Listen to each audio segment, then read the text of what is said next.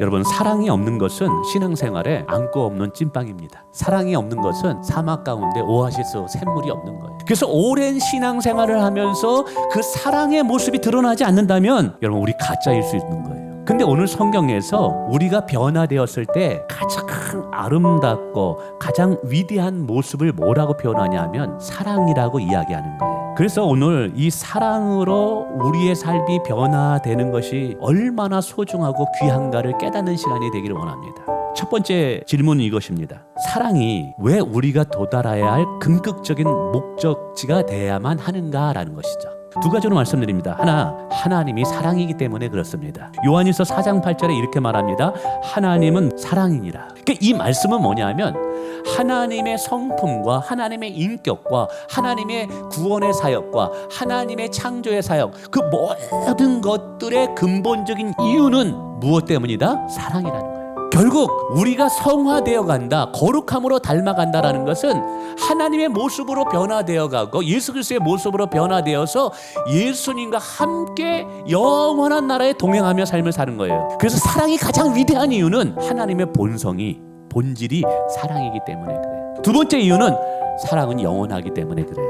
이 세상의 특징은 다 영원하지 않다는 거예요. 근데 영원한 것은 하나님이십니다. 근데 그 하나님이 가지고 있는 그 속성도 하나님이 영원하기 때문에 영원할 수밖에 없는 것이죠. 우리가 하나님의 나라에 들어간다, 천국에 들어갈 때 믿음으로 바라보던 하나님을 직접 만나게 될 것입니다. 그럼 그때는 믿음이 필요 없게 돼요.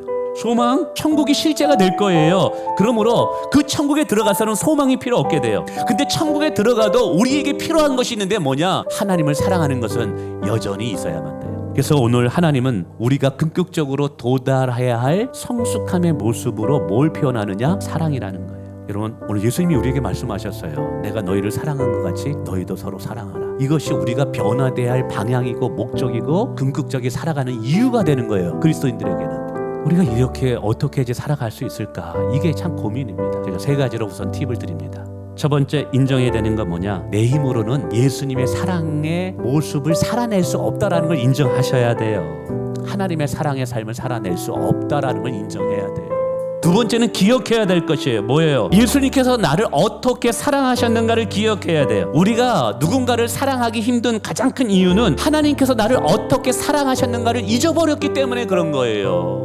왜 우리가 주변 사람들을 보면서 왜 자꾸만 나의 잣대로 평가하며 판단할까요? 내가 하나님께 얼마나 많은 용서와 사랑을 받았는지 잊어버렸기 때문에 그런 거예요. 그래서 기억하는 것이 중요한 거예요. 여전히 누군가를 용서할 수 없고 품을 수 없다면 하나님께서 나를 어떻게 사랑하셨는가를 다시 한번 기억하시길 축원을 드립니다. 세 번째는 간구해야 돼요. 여러분, 우리의 힘으로는 사랑할 수 없다 그랬어요. 그러니까 우리는 내 자식은 사랑할 수 있어요. 내 마음에 드는 사람은 사랑할 수 있다니까요. 나에게 잘 해주는 사람은 사랑할 수 있다니까요. 근데 예수님이 우리에게 요구하는 사랑은 그런 사랑이 아니라는 거예요. 원수까지 사랑하라잖아요. 어떻게 그게 가능할까요? 네, 여러분 기도해보세요. 기도하잖아요. 미움이 녹아집니다. 기도해보세요. 분노가 녹아집니다. 기도할 때 용서할 힘이 생겨요. 기도할 때 그 사람을 바라보는 관점과 시선이 달라진다는 사실입니다. 그리고 성령께서 여러분 가운데 용서하는 마음, 사랑하는 마음을 주시는 것을 경험하게 될 줄 믿습니다. 이제 마지막으로 구체적으로 어떻게 사랑해야 되느냐, 간단히 세 가지만 말씀드리고 맺습니다. 첫째, 사랑을 말로 표현하십시오. 사랑은 마음속에 담아두기만 한다면 상대방이 알 수가 없어요. 그래서 우리는 사랑 언어로 표현해야 돼요. 두 번째는 사랑을 용서로 나타내야 된다는 거예요. 사랑에는 반드시 용서가 포함됩니다. 사랑을 용서로 나타내시길 바랍니다. 마지막으로 작은 섬김부터 시작하세요. 사랑은 위대한 것이시지만 결코 거창한 것은 아니에요. 아픈 사람에게 전화 한번 해주는 것, 궁금하면서 문자 한번 넣어주는 것, 그 사람을 위해서 기도해주는 것. 여러분, 예수님 때문에 사랑하세요. 예수님 때문에 먼저 말을 거세요. 예수님 때문에 먼저 품으세요. 말씀을 맺습니다. 오늘 성화의 마지막 단계인 사랑에 대하여 배웠습니다.